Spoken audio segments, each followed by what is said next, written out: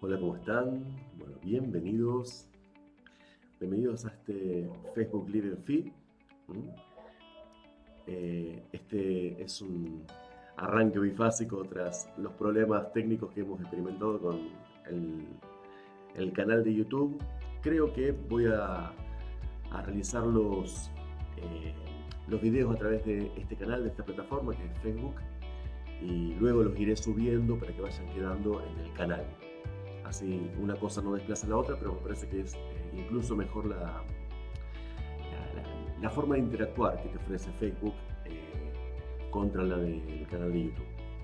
Así que bueno, bienvenidos, muchas gracias por estar allí, a quienes lo estén viendo en vivo y a quienes se sumen luego y lo vean en diferido.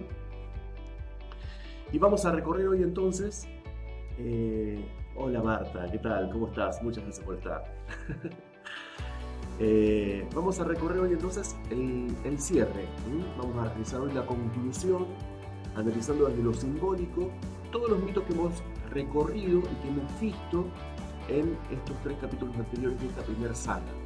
Esta saga que se refiere y que habla de las cosmogonías, el origen del cosmos.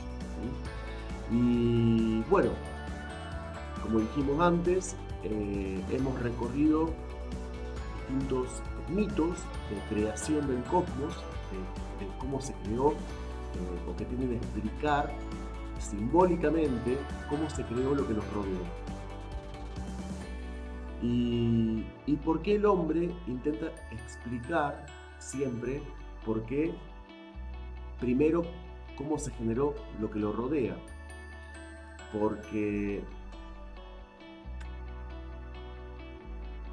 en todos estos mitos hay un origen, algo original, algo original no por único, sino original como punto de partida,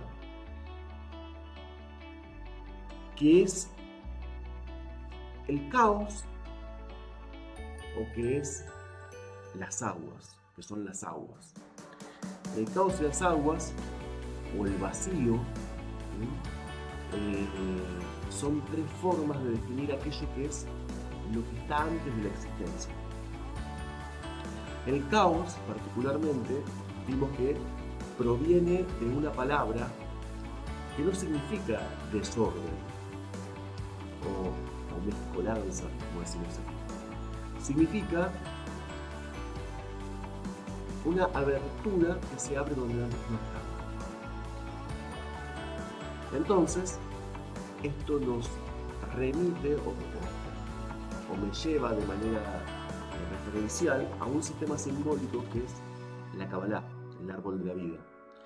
En la Kabbalah, ellos explican que antes incluso de la primera séfira, las séfiras son en el árbol de la vida cada una de las esferas. Séfira significa esfera.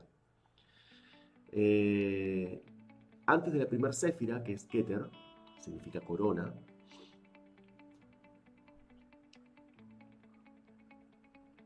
estaba el Ain, o sea, la nada, y a partir de esa nada, que lo podemos pensar como un tejido, se produce la Ein Sof, que es como un hueco o un agujero, una hendidura donde antes no existía, un caos. Y en ese Ein Sof se inunda de la voluntad divina y a partir de la palabra, a través de esa perforación, empieza a generarse la realidad en los distintos planos que nosotros la sentimos, ¿no? Que es el plano simbólico, el plano imaginario y el plano de lo real.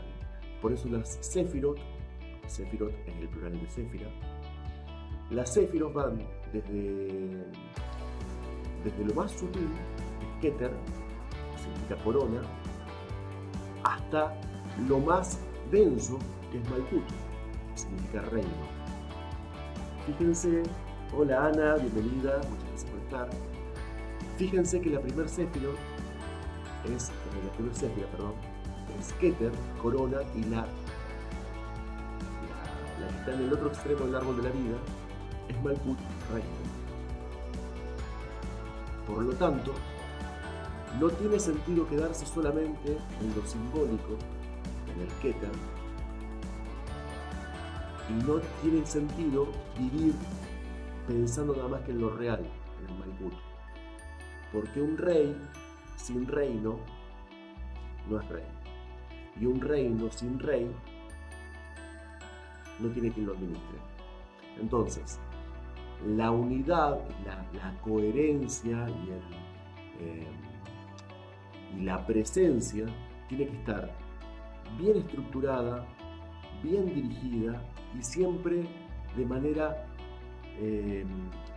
consistente y bien involucrada la parte simbólica, la parte real y la parte emocional, que son los tres registros a través de los cuales nosotros vivimos y experimentamos todo. Lo que llamamos realidad es el producto de esas tres coordenadas. ¿Bien? Hola Vicky, buenas tardes. Muchas gracias. Yo valoro mucho la presencia de ustedes. Muchas gracias, Ana. Entonces,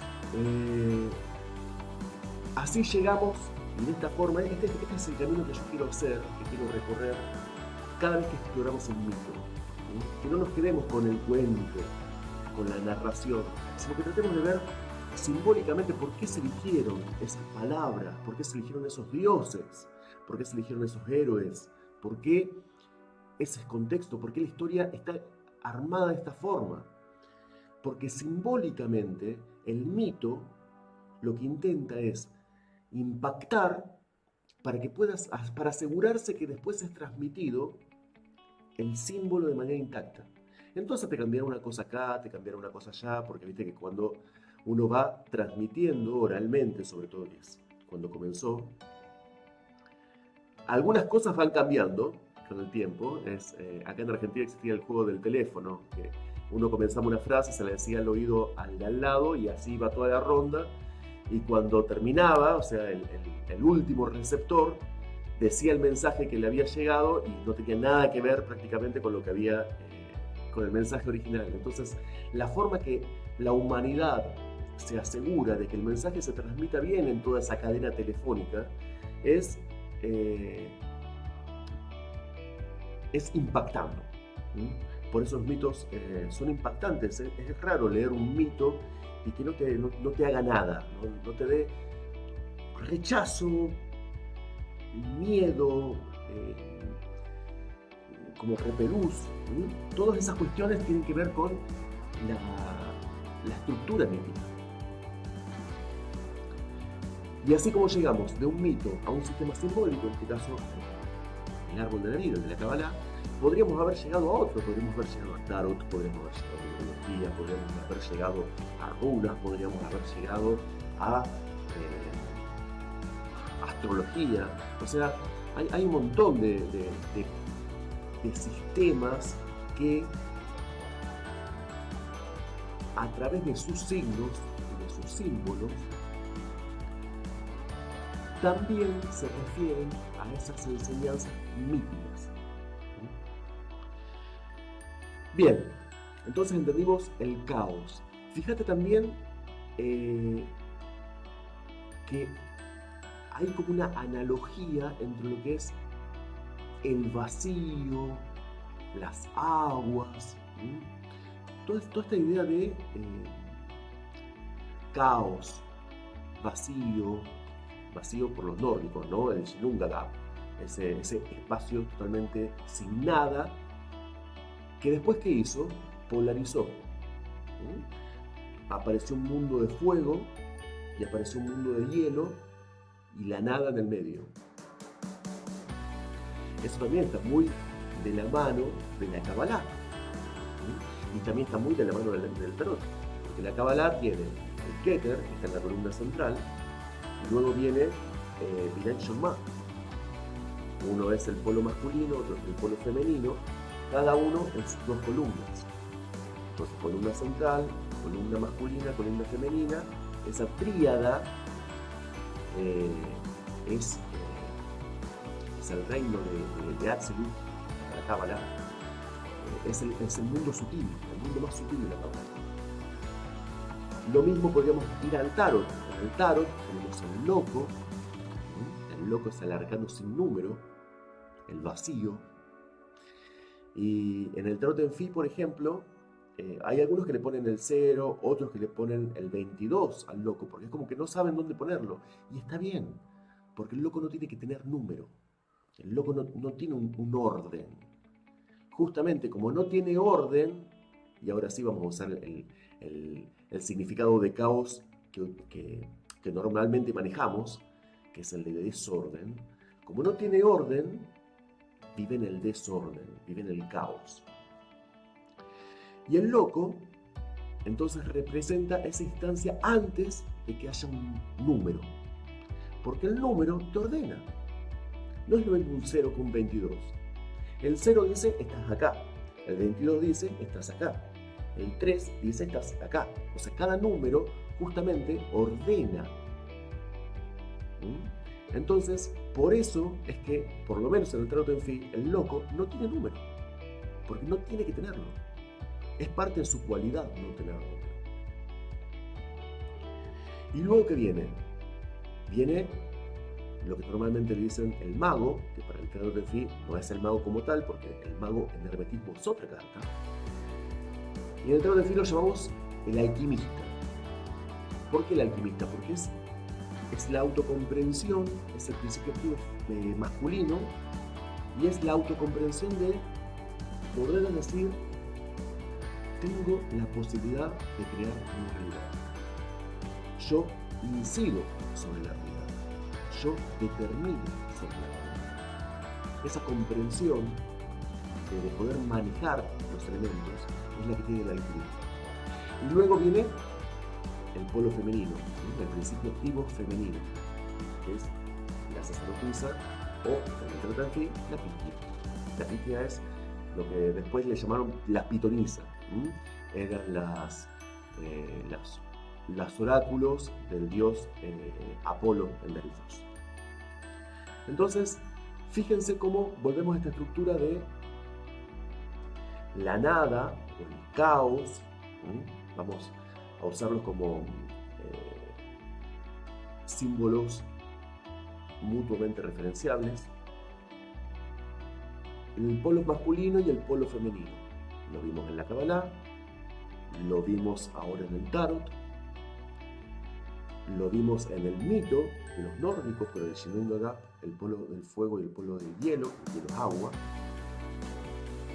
Y podemos seguimos. Vamos a ver, en el mito de Hesíodo, en los mitos griegos, primero estaba el caos. ¿Y cuáles son sus hijos? La noche, oscuro. Y la noche, después, ¿qué otro hijo tenía? Después de la noche, tenía la noche, venía también el érego, es decir, las tinieblas, lo que te tapa. Y luego tenías el tártaro, y tenías Agea, la tierra.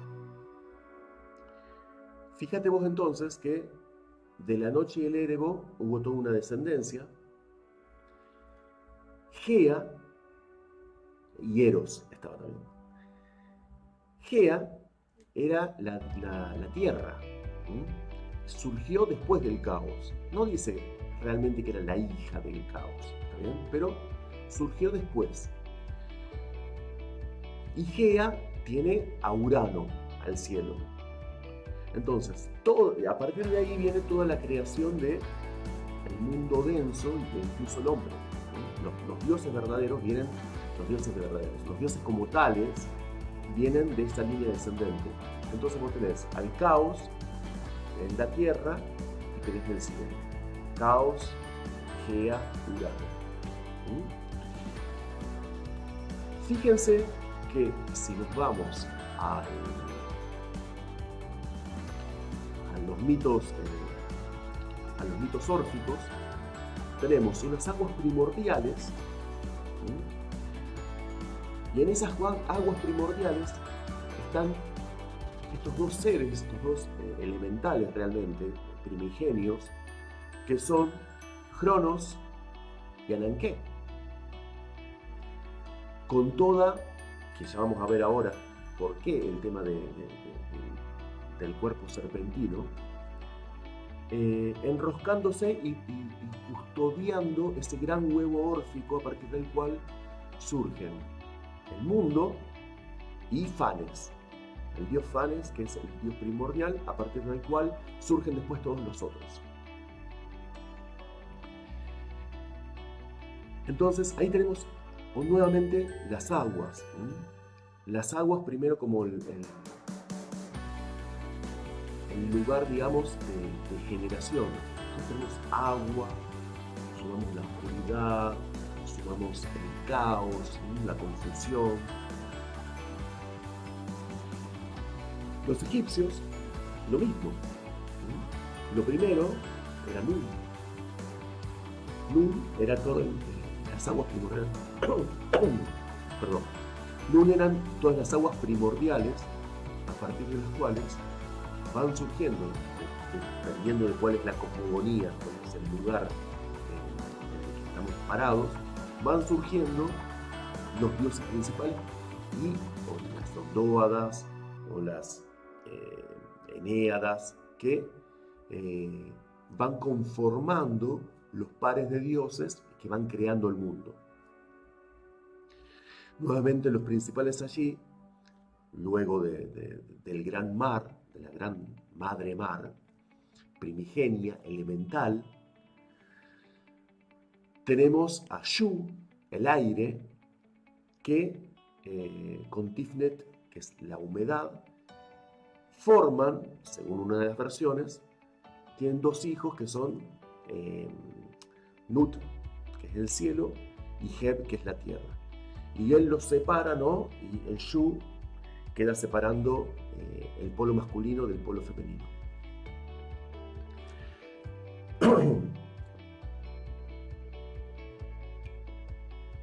Entonces, en otro de los mitos que recorrimos también, existían en las aguas primordiales estaba el dios Atu, una gran serpiente dormida de escamas doradas en el fondo del mar. Y esta gran serpiente es la que después coloca, custodia en el gran huevo. En otros mitos es Tot el que lo hace. Y hay un mito, los egipcios tienen un montón, ¿no? de formas. En una de las versiones dicen que ese dios Atum de pronto tiene conciencia de sí mismo, grita, y a partir del grito surge Ra. En otras de las versiones dicen que el primer dios es Ptah, y él va tomando conciencia de sí mismo a medida que se va nombrando, y a medida que se va nombrando se va creando las distintas cuestiones del universo. No es muy distinta a la versión judío-cristiana, que proviene de este dios El o Elohim, que va creando el mundo a partir que lo va nombrando. Fíjense, por ejemplo, que dice que al principio estaba la nada, no había nada, y el Espíritu de Dios, que después vimos que era esta consorte del dios El, se llama Asered, tenía que ver con Ishtar,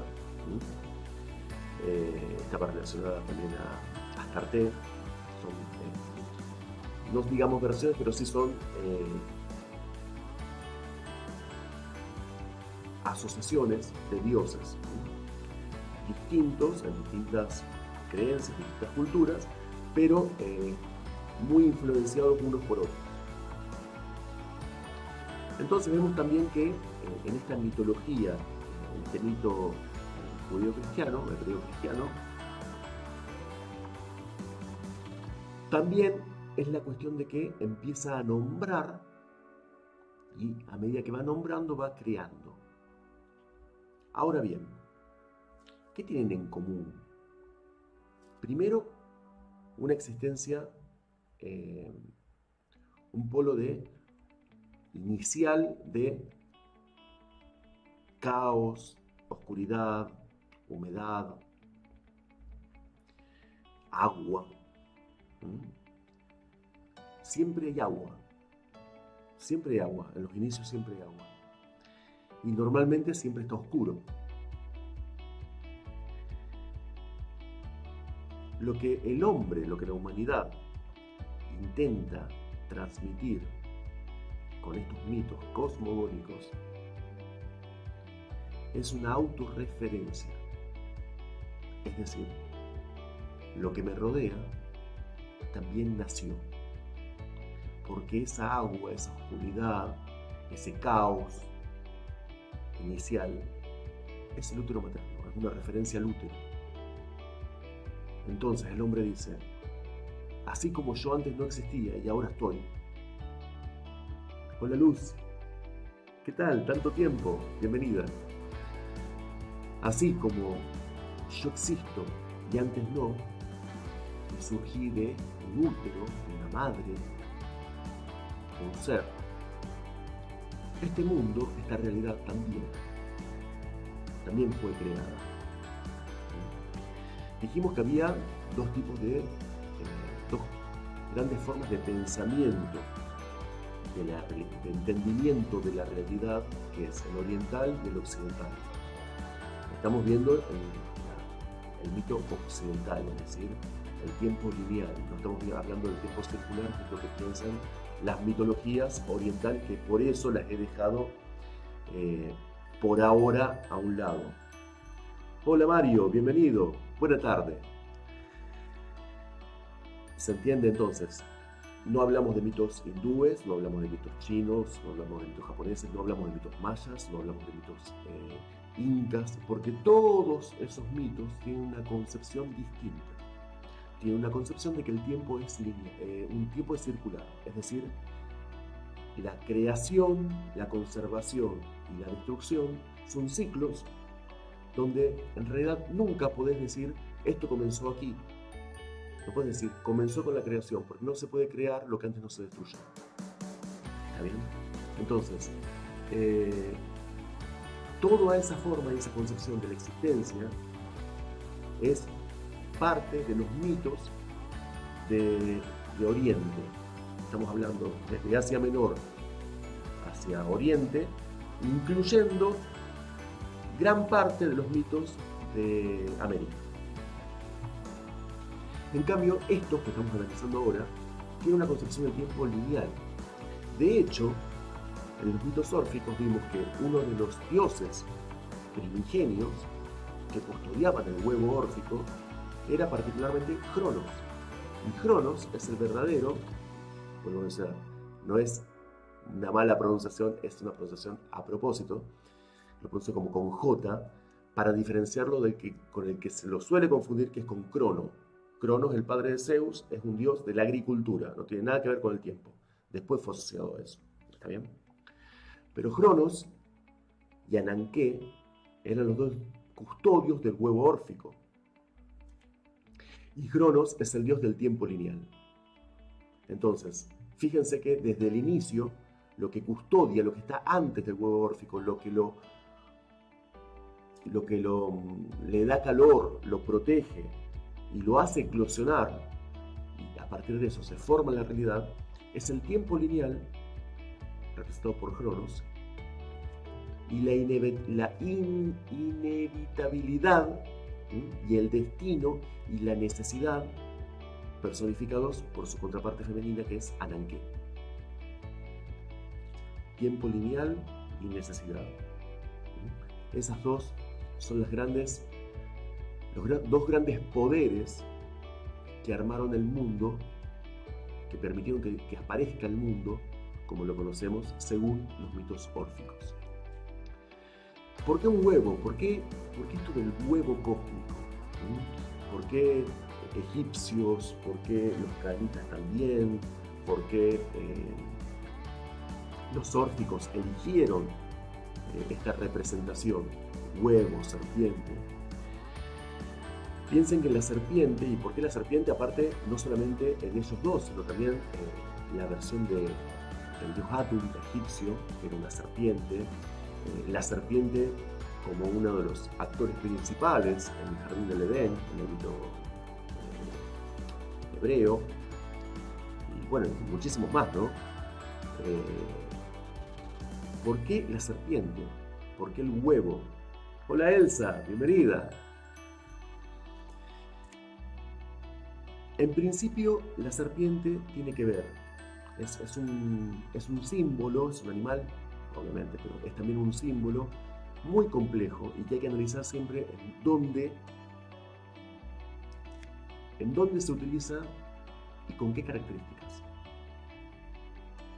Si nos ponemos a mirar las connotaciones que tiene el símbolo, vamos a terminar perdidos, porque tiene tantas connotaciones positivas como negativas.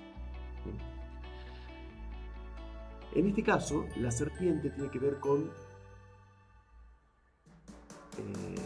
vamos a empezar por el huevo, para que se entienda. El huevo tiene que ver por qué tantos mitos utilizan la metáfora o el símbolo del huevo cósmico. Como que a partir de ahí todo nació. Además de la interpretación lógica de que el huevo es lo que alberga la promesa de una vida, ¿no? Como un germen, potencia, algo que en cualquier momento nace, tiene más connotaciones que es, por ejemplo, su forma. Su forma, por muchos, o sea, el cero es una referencia a un huevo. ¿Por qué? Porque esta cuestión hace referencia al inicio y al fin juntos. El famoso Ouroboros, la serpiente que se muerde la cola, y volvemos a la serpiente, tiene que ver con la eternidad, ¿no? El tema de que no aquello que se destruye de mí es aquello que me alimenta. Entonces, cada vez me hago más fuerte, cada vez sigo creciendo.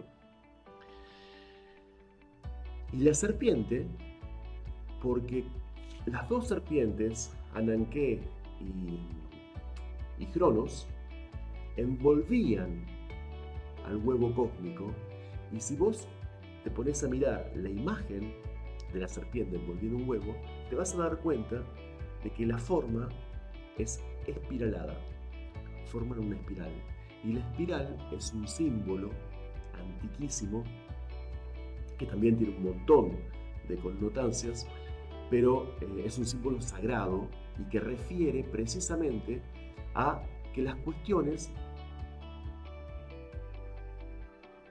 tienen que ver con el pensamiento lineal, con el tiempo lineal.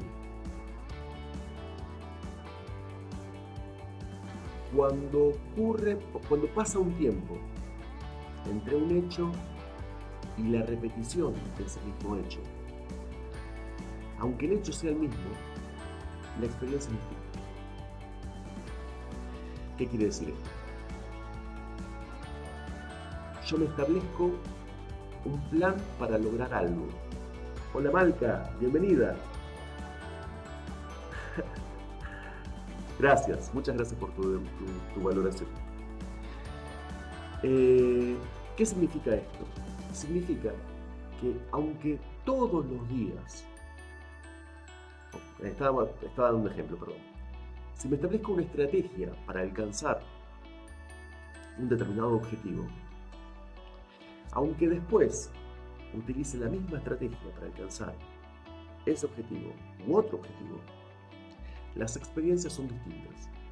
Entonces, no es que salgo de acá, doy la vueltita y llego al mismo punto. Yo salgo de acá, voy dando la vueltita y llego a un punto que ya está distinto, porque voy cubriendo cada vez más recorrido. Es una espiral. Ese es digamos, un símbolo muy poderoso, unido que una de esas sierpes, una de esas grandes serpientes, era precisamente el tiempo lineal. El tiempo lineal te dice que el tiempo transcurre, hay un inicio, hay un fin, o hay una dirección al menos. Hacia atrás no se puede ir, pero siempre se puede ir hacia adelante. El tema es no quedarte parado. Es avanzar. Y avanzar significa aprender. Y aprender a veces es equivocarse. Eso tenemos que aceptar. Tenemos un gran rechazo y nos han inculcado un temor injustificado al error. El error hay que aceptarlo, por supuesto, no hay que buscarlo. No estoy diciendo eso. El error hay que tratar de evitarlo. Ahora, lo que no hay que evitar es aprender de los errores. Porque de lo contrario voy a terminar una y otra vez tratando de aprender lo mismo. Entonces, ese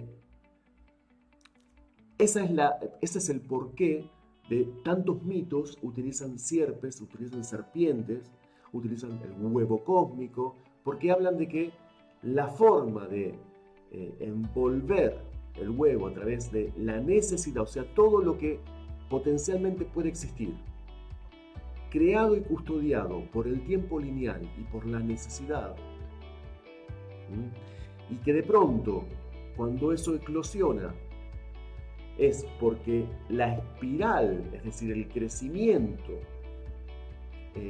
llega a un punto en el cual lo que está latente se manifiesta.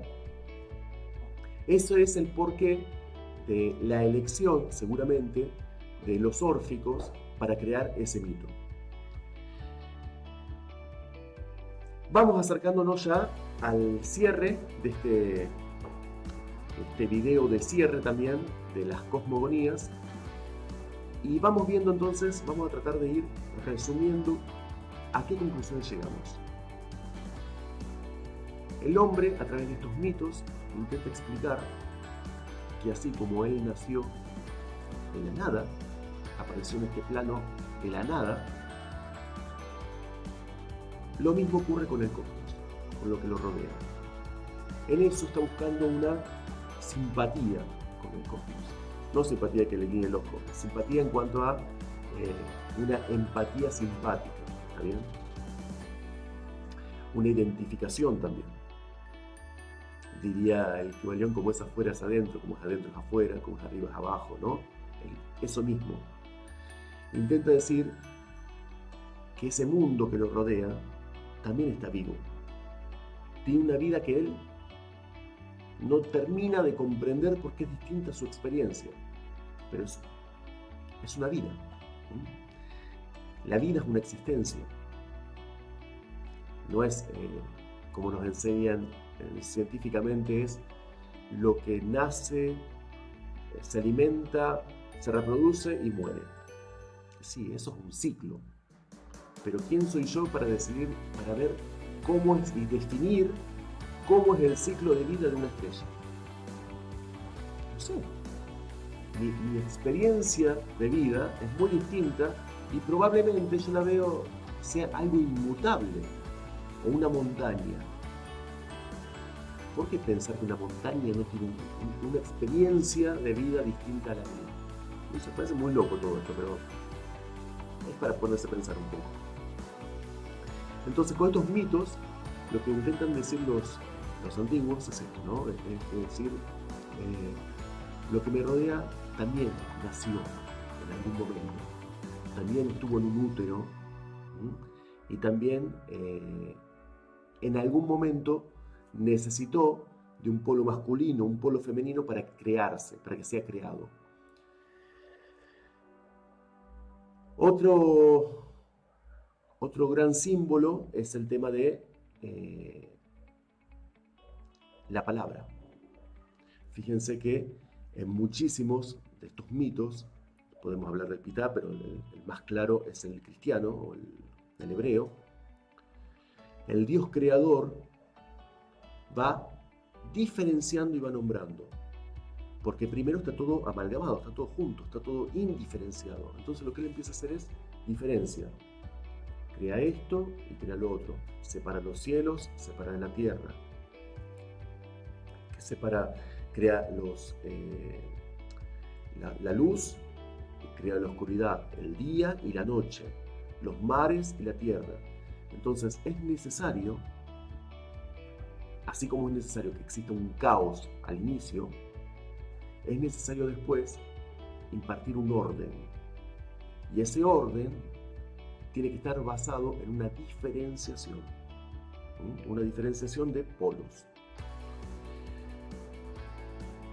Estas cosas que parecen tan discriminar, sí, discriminar sin el sentido que ahora está de moda, que es discriminar parece que significara, no sé, menospreciar, ¿no? Discriminar significa eso, sin crimen, pero decir, bueno, esto es esto es esto otro. Diferenciación quizás sería una palabra un poquito más cercana al entendimiento cotidiano, pero discriminación en realidad es una discriminación, es discriminar esto de esto otro. Gracias, Mario. Entonces esa diferenciación es la que nos permite salir del caos, porque el proceso creativo de estos grandes dioses, Ita, Elohim, Caos, Gea, Urano, o sea, el proceso creativo es el mismo. El hombre realiza lo mismo. En la Kabbalah siempre tenés que partir y generar ese Ein Sof Ha'od, ¿está bien? Generar ese hueco donde antes no estaba, y a partir de la palabra y de la diferenciación, vos partís primero de una columna central y luego te vas moviendo a las columnas polarizadas, ¿está bien? El pensamiento masculino, el pensamiento femenino. ¿Se comprende? Entonces, esa es el gran mensaje y la importancia, por supuesto, de la palabra, pero la palabra como orden, la palabra como número, ¿está bien? Fíjense justamente, en el alfabeto hebreo, la letra es también un número y además es una palabra. Lo mismo ocurre con todos los alfabetos, el fenicio, el alfabeto el musulmán, todos esos alfabetos tienen estas características, estas cualidades, con particularidades, por supuesto, pero todos tienen el alfabeto griego, en realidad es una adaptación del alfabeto fenicio. Entonces, siempre va a haber un caos. Hay que aceptarlo al inicio. Es el caos de la idea. ¿Ok? Ahora, en ese caos existe todo el potencial, existe todo el huevo cosmogónico de lo que puede surgir, de lo que puede nacer. Está en cada uno de nosotros. Si las serpientes que espiralamos alrededor de ese huevo son el tiempo lineal y la necesidad, o son el deseo y el orden. Muchas gracias por estar, muchas gracias por acompañarme en esta primera saga, donde analizamos los mitos cosmogónicos, los mitos de la creación del caos. Siempre se me ocurre que, hubiera dicho esto, hubiera dicho lo otro, pero bueno, está bueno también ponerle realizar un cierre, porque todo cierre también es un nuevo inicio. Así que próximamente nos encontraremos en el primer sábado de junio del 2019, 14 horas, creo que cae justo uno, ¿no? Cae 1 de junio. 14 horas de Argentina, seguramente por aquí, por Facebook, y nos encontraríamos allí para encarar la siguiente aventura. La siguiente aventura vamos a ver ya no cómo se gestó lo que me rodea, sino cómo aparecí yo, cómo apareció el hombre. Y vamos a ver, ¿hay una sola clase de hombre? ¿Hay una sola raza? No estoy hablando de razas, de facciones, ¿no? Estoy hablando de tipos, de humanidades. Esa es la nueva gran aventura que vamos a emprender el 1 de junio. Ojalá me acompañen. Y bueno, muchísimas gracias por estar. Marta, Mario, Dana, Ana, Vicky, bueno, todos, Luz, todos los que me han acompañado. Y bueno, ojalá lo hayan disfrutado. De parte mía, seguramente que sí. Así que muchas gracias y nos estamos viendo. Hasta luego.